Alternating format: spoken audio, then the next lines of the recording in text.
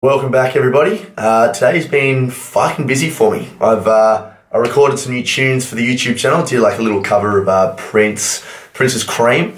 I did a Lover version as well. Just had about 14,000 coffees. Did some meth, did some heroin, all the good stuff.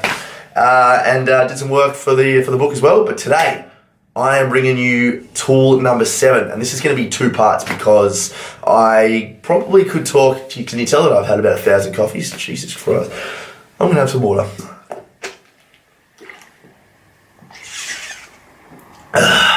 So today's going to be 2 parts for the meditation antics because it deserves about 10 parts, but this is probably, I believe, the single most important factor that led me to my recovery, but also just in terms of how I live my life. I just love that idea of being aware and being present, and letting my emotions become proactive parts of my life, as opposed to me reacting to them negatively or positively or whatever. I'd prefer to be on top of them. Obviously, I can't be on top of my thoughts. I just get thoughts all the time. We all do.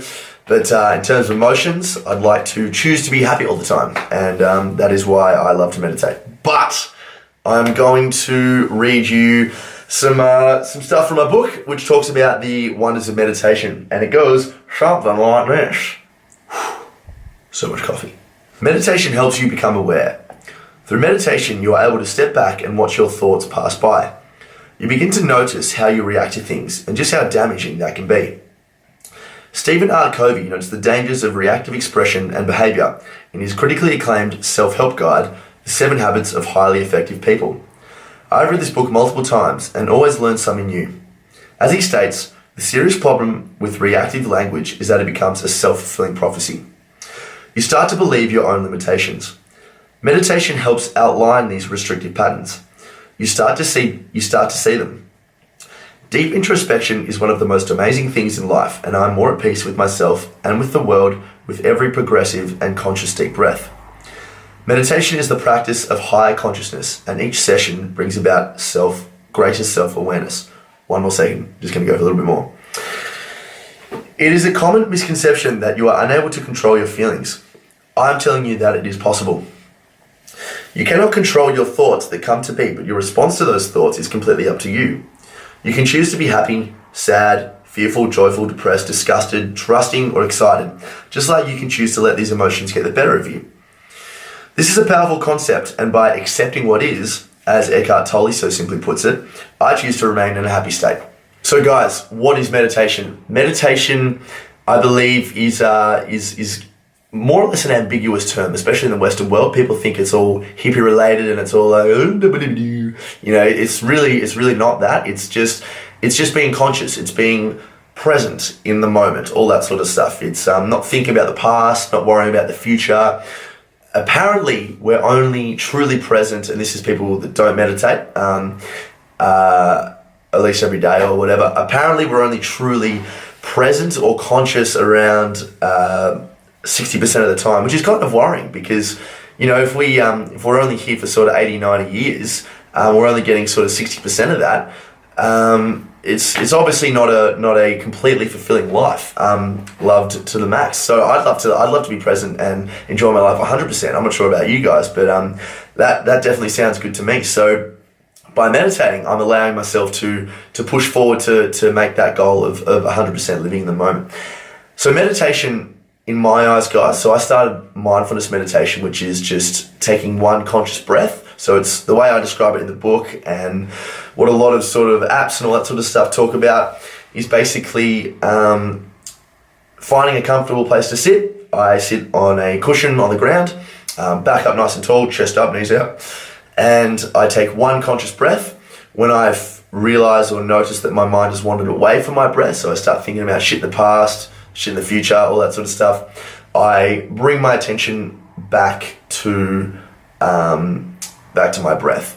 And the way I describe it, so I'm a CrossFit coach, and the way I describe it to the members or to other people is basically whenever you realize that your mind has wandered and you bring it back to your breath, that's kind of like a rep. Okay, so let's say on the bench press or on squatting or deadlifting, all that sort of stuff, you're doing 5 sets of 5 repetitions, 5 reps. You can start to think of that in terms of training your mind as well. So meditation really is exercise for the mind.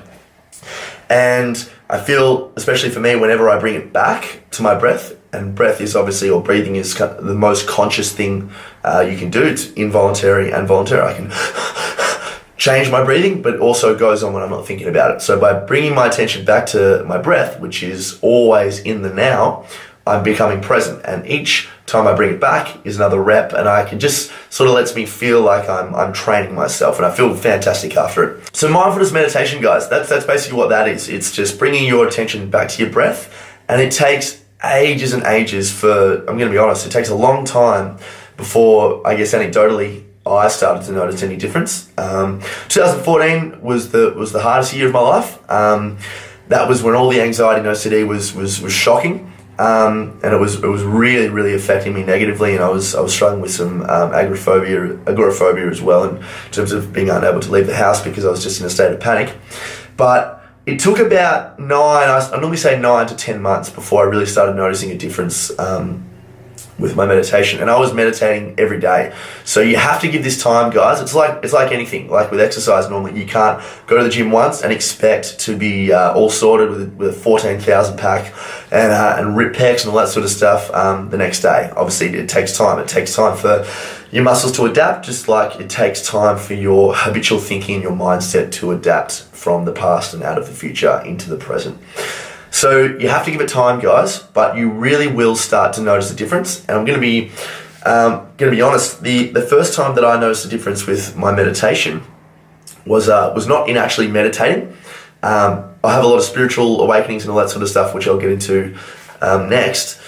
But it was actually what I was doing. So I went shopping, just grocery shopping one day, and I came home and I was walking up the driveway to my old unit, my own little flat unit thing.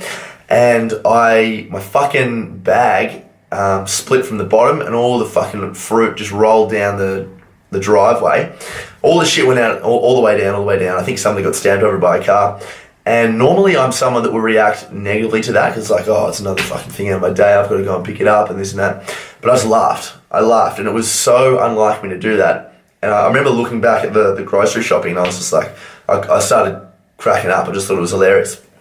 And I walked down, I lost all my avocados, lost all my fucking apples and all that sort of stuff. But I was laughing for about 5-10 minutes, and even talking about it now, it's not that funny. It's not that funny, but I was.